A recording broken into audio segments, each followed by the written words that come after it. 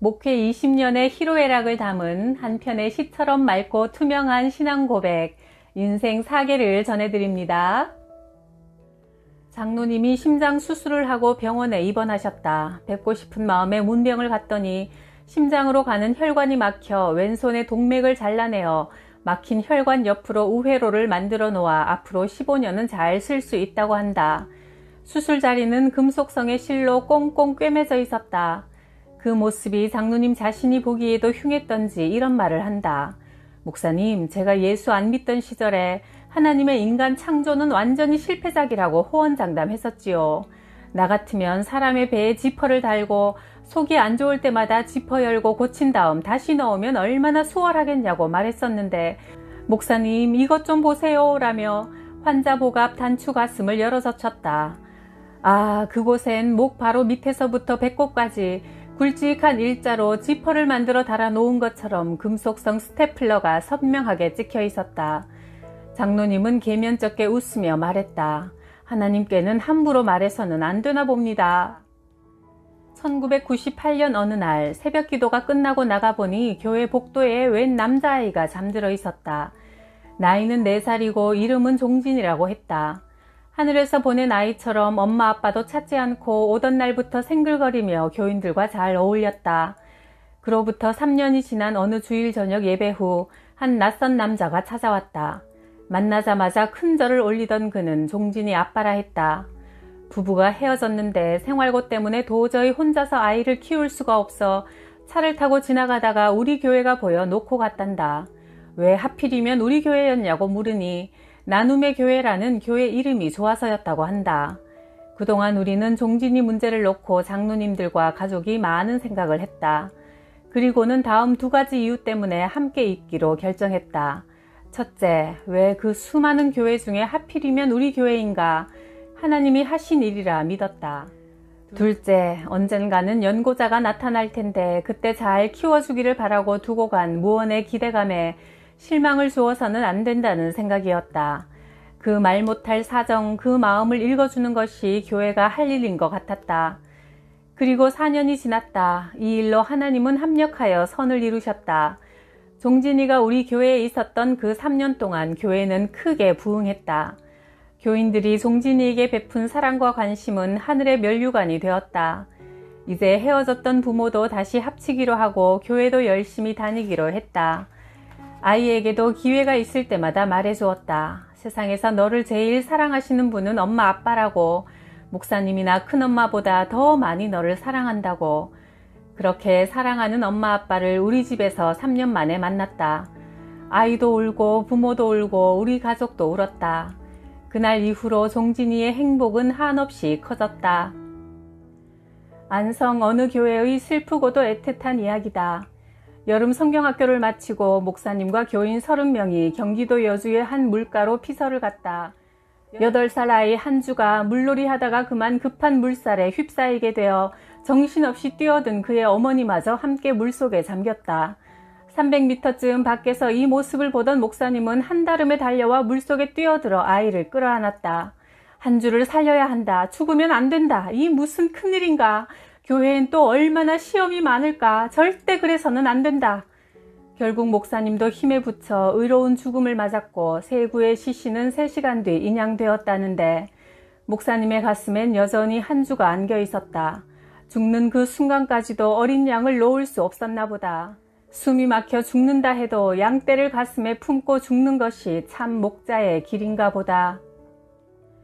우리 교회 박 집사님은 남편의 구원을 위해 새벽마다 기도했다. 어느 날 새벽엔 남편의 구두를 신고 왔다. 하나님, 지금은 남편의 신발만 왔지만 나중에는 발도 오게 해주십시오. 어느 날은 남편의 잠바를 입고 왔다. 하나님, 지금은 껍데기만 왔지만 나중엔 알맹이도 올 줄 믿습니다. 그 후 남편은 교회에 나와 신나게 봉사하는 집사님이 되었다. 지방의 어느 교회 이야기다. 교회를 잘 부흥시키고 일찍 은퇴를 작정하신 목사님이 후임 목사를 구하는 광고를 냈다. 나이는 40세 이상, 자격은 장신대 신대원 졸업, 은혜롭게 성장하고 기반이 잡혀있는 교회라 전국 각지에서 보내온 이력서만 90통, 인사위원 6명이 모여 기도드렸다. 하나님, 우리가 무슨 지혜로 목사님을 헤아려 모시겠습니까? 이곳에 제출한 90분은 모두 자격 있는 분들이오니 하나님께서 직접 우리 교회에 가장 적합한 한 분을 택하여 주옵소서. 이력서가 들어있는 봉투를 단 한 통도 개봉하지 않고 6명이 함께 모여 간절히 기도드린 후 한 사람이 한 통씩 제비를 뽑았다. 그리고 다시 6통을 앞에 놓고 한 번 더 간절히 기도드렸다. 하나님, 이 6분 중에서 우리 교회를 위해 주께서 예비하신 분을 알려주십시오. 그리고 마지막 한 통을 뽑았다. 그분의 서류를 개봉하여 만에 하나 결격 사유가 있다면 몰라도 그렇지 않다면 만장일치로 모시기로 했다. 그리고 지금 그 교회는 우리 교회에 딱 적절한 목사님을 보내주셨다고 감사하며 부응하고 있다. 제비는 사람이 뽑으나 모든 일의 작정은 하나님께 있다. 잠언 16장 33절.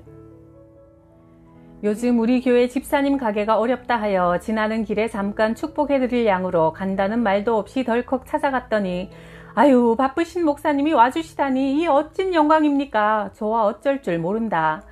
부부가 내놓은 자리에 앉아 두 손 모아 하나님, 하늘의 보고를 열어 더위가 와도 가무는 해에도 걱정 없도록 풍성히 채워주시고 더욱 하나님을 뜨겁게 사랑하는 믿음을 주옵소서 간구하니 감사하여 만난 것을 대접하겠다며 부부가 가끔 간다는 참치 횟집으로 데려갔다. 회 한 접시 시켜놓고 감사 기도를 드리니 기도하는 모습을 본 주인장이 말했다. 아이고, 개업 이래로 목사님은 처음이네요. 나도 어머니가 권사님인데 저 자신은 엉터리 신자라 장사한다고 바빠 교회도 못 나가고 어머니 기도로 산답니다. 묻지도 않은 말을 주저리 고백한다. 내 마음이 감동되어 처음 보는 사장님 앞에서 기도를 해주었다. 하나님, 이 참 좋은 참치집이 잘 되도록 은혜를 베푸시고 사장님이 교회 나와서 예배드리며 하나님을 만나는 기쁨을 허락하옵소서. 그러자 사장이 우리가 나오는 길에 하얀 봉투를 내놓으며 자기 대신 하나님께 감사 헌금을 드려달란다. 지금은 그 집이 번창하여 이춘복 참치집이 되었다. 신학교 후배 목사의 소천 소식을 듣고 달려갔다. 아직 44, 한창 젊은 나이, 7살 딸과 5살 아들은 어쩌려고 성도들에겐 그리움만 남긴 채 그리 훌쩍 떠났는가. 교회 성장에 대한 부담과 과로, 그 스트레스로 생긴 병은 깊어만 가고 그 멋진 후배 목사는 영정에서도 끝내 웃고 있었다. 조문을 마치고 돌아오는 길에 나의 성공 욕망, 내 목회 아집을 버려야만 나도 살 수 있겠구나 하는 생각이 들었다. 교인들이 목사님 많이 바쁘시죠? 물을 때마다 이런 생각이 든다. 바쁘다는 건 기도할 시간이 없다는 말이다. 바쁘다는 건 성경을 못 읽고 있다는 말이다. 사실 지난 한 주간 책 한 권도 못 읽었다. 생각할 여유도 못 가졌다. 내가 짠 시간표는 없고 남이 짜준 시간표만 있다. 헛개비처럼 살아간다. 급한 일에 늘 쫓겨 중요한 일은 뒷전이다. 그럴수록 메말라가는 내 영혼을 본다. 목사님 많이 바쁘시지요? 그 말을 들을 때마다 나는 목사님 요즘 기도도 못하고 말씀도 못 읽지요? 라는 말처럼 들려 부끄럽다. 바쁜 목사는 나쁜 목사다. 기도도 못하고 성경도 못 읽을 만큼 바쁘게 살지 말아야 한다. 함께 차를 타고 가던 젊은 집사님이 말했다. 목사님, 저는요, 지금의 나눔의 교회와 목사님이 무지 좋아요. 그런데 걱정이 하나 있어요. 무슨 걱정인데요? 우리 교회가 앞으로 커졌을 때 목사님이 변할까 봐요. 왜 그런 생각을 하죠? 교회가 커지면 목사님들이 많이 변하시더라고요. 그 부분을 교인들이 제일 힘들어해요. 우리 목사님은 그러지 않았으면 해서요. 고마워요. 네, 명심할게요. 그런데 나도 한 가지 부탁 좀 할까요? 부탁이란요. 말씀하세요. 순종할게요. 목사가 자신도 모르게 변해가고 있을 때 그러시면 안 된다고 말해줄 수 있겠어요? 묵묵부답 하다가 어렵게 입을 열기를 목사님이 변할 때는 무슨 말을 해도 안 들으시더라고요. 얘기해도 소용없어요. 그러면 어찌하려고요? 목사님이 변하시면 조용히 교회를 떠나는 수밖에 없어요. 아하, 네, 그대 같은 집사님을 떠나보내면 목회 실패지요. 집사님이 떠나실라 치면 네, 꼭 하나님 앞에서 나를 돌아볼게요. 주의 종을 아끼는 진솔한 마음, 영으로 이어지는 행복한 대화였다. 유교 집안 신장로님 가정에 일어난 기가 막힌 영적인 역전 드라마다. 일생을 유교 전통에서 살아오신 어르신이 삼남 이녀도 잘 키워놓으셨고 동네에서 존경도 받았다. 그러나 유독 교회하고는 담을 쌓고 사셨다. 그러다 기둥 같은 큰아들이 예수님을 만났고 큰며느리도 기도의 여인이 되었다. 이내 이어지는 핍박. 너는 이제 내 자식이 아니다. 조상도 모르는 것들이니 호적도 파버리겠다며 대노하셨다. 자신의 장례식도 혹시 기독교식으로 치를까 하여 유교식으로 하라고 미리부터 단단히 일러놓았다. 큰아들 부부는 열심히 주님을 섬기며 기도할 따름이었다. 그러던 겨울 어느 날 큰아들 장로님이 내게 다급히 전화했다. 안양병원에 입원 중인 아버님이 위독하십니다. 급히 도착해보니 노환인지라 더 이상 소망이 없으니 병원 영안실에 모시든가 집으로 모시라 했다. 집으로 가는 구급차 안에서도 이미 의식은 떠났다. 평소 사셨던 안방에 모셨다. 교인들 몇 분이 둘러앉았고 친척과 동네 분들은 그 주변에 서 있었다. 숨은 쉬고 있으나 의식은 사라져버린 어르신의 모습은 몹시도 불안했다. 거친 숨을 몰아쉬며 온몸을 웅크린 채 떨었고 얼굴은 흑빛으로 변했다. 우리는 함께 찬송을 불렀고 말씀을 외쳤고 기도했다. 힘들면 쉬었다가 다시 하고 또 다시 하고 또 다시 했다. 찬송을 부를 때마다 누워 계신 분의 혈색이 발그레 돌아오기 시작했다. 그러기를 몇 시간, 이 싸움을 밤이 새도록 해야 할지도 모른다 싶었을 때 갑자기 천둥 같은 소리가 들렸다. 아멘! 아멘! 그것은 죽음의 사자에게 쫓기고 있던 그 어르신의 입에서 나온 말이었다. 일평생 단 한 번도 해보지 않았던 아멘이라는 말을 이 땅에서의 마지막 언어로 우렁차게 외쳤다. 그리고는 두려움으로 웅크렸던 팔다리를 쭉 뻗고는 아이의 혈색이 되어 새근거리며 잠들었다. 이튿날 영원히 잠드셨다. 그 현장을 지켜보던 모든 사람들이 놀랐다. 아멘이라 외친 그 말 한마디로 인해 장례식은 당연히 기독교식으로 치렀다. 하관식 하는 날 나는 동네 분들과 친지들에게 힘차게 외쳤다.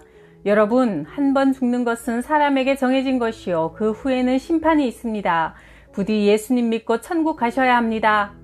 오랜 세월 아버지의 영혼 구원을 위해 기도하신 큰아드님 장로님의 간절한 기도는 마침내 이렇게 아름답고 풍성한 열매를 맺게 된 것이다.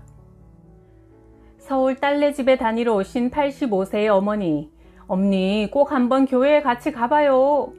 큰딸 작은딸 간청에 못 이겨 난생 처음 교회로 첫 발걸음을 옮겼다. 목사님, 우리 어머니 예배 끝나고 꼭 만나서 기도해 주세요. 오늘 어렵게 교회 나온 김에 예수님을 영접하는 기도를 드려야 해요. 목양실로 모시고 와서 영접 기도 드리기 전에 오늘 예배 어떠셨습니까? 했더니 예배 시간 내내 졸았습니다 한다.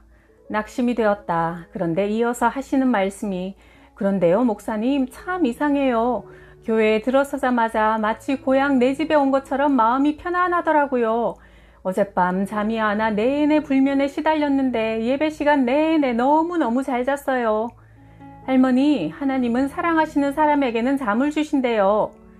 머리에 손을 얹고 안수하여 기도하고 나니 제 몸에 닿는 목사님의 손끝이 사람의 손 같지 않았어요. 그거 참 이상하네요. 이런 느낌 처음입니다 하시며 영접 기도를 어린아이처럼 한마디씩 따라하셨다. 내 죄를 대신 지고 십자가에 죽으셨다가 다시 살아나신 예수님을 내 주인으로 모시고 앞으로 주님과 함께 살겠습니다. 난생 처음 찾아온 교회 걸음, 그날 바로 하나님의 사랑의 덫에 걸리셨다. 박 장로님 고향에는 면장을 지낸 차은종이라는 친구분이 계신다. 오랫동안 그 친구가 예수 믿기를 기도해 오던 중 어느 날 박 장로님이 내려가서 복음을 전했다. 여보게 친구 은종이 우리가 어릴 적 만나 친구 된 지 50년, 이제 우리 나이 60이 되고 보니 유수 같은 세월의 뒷자락일세. 돌아보니 자네는 내 마음의 고향이야. 풍채만큼 넉넉한 그대를 생각하면 열흘 근심도 하루 만에 사라지니 세상에 자네처럼 좋은 친구가 어딨나. 오늘 내가 이렇게 800리길을 달려와 자네를 만나는 것은 그리움만이 아닐세. 내 예수 믿고 장로가 되고 보니 이 좋은 예수 나 혼자만 믿을 수가 없어 오늘은 자네와 결판하러 내려왔네. 이런 일은 미루면 안 되는 법. 오늘 이렇게 고향교회 목사님 앞에서 나 교회 나가겠다 등록카드 기록하게. 자네 이름만 말고 가족까지 함께 씀세. 그리고 고향교회 장로 되어 좋은 일 좀 많이 하게나. 하나님이 이때를 위해 자네를 면장으로 세운 걸세. 자네가 장로 되면 내 소 한 마리 잡으려네. 올해 가기 전에 세례받고 교회를 잘 섬기게. 내 죽어도 자네를 잊지 못하는 것은 그대는 또 다른 나이기 때문이야. 전남 여수를 다녀오는 길에 월등 남부교회에 들렀다. 우리 교회에서 1995년부터 매달 선교비를 보내면서도 한 번도 가보지 못했던 교회다. 예배당도 아담하고 예쁘게 새로 지었다던데 지나는 길목에 안 들리면 우리 하나님도 서운해하실 것 같아 찾아가기로 했다. 들리겠노라고 미리 말해놓으면 또 다른 부담이 될까 싶어 아무 말 하지 않고 찾아갔다. 물어 찾아간 망룡리 동네 입구에 교회는 정말 아담하고 정겹게 서 있었다. 열려있는 예배당 문을 열고 살며시 들어가니 어머니 품속같이 따스하게 느껴지는 성령의 훈기가 포근하다. 고향 교회가 바로 이런 곳이겠지.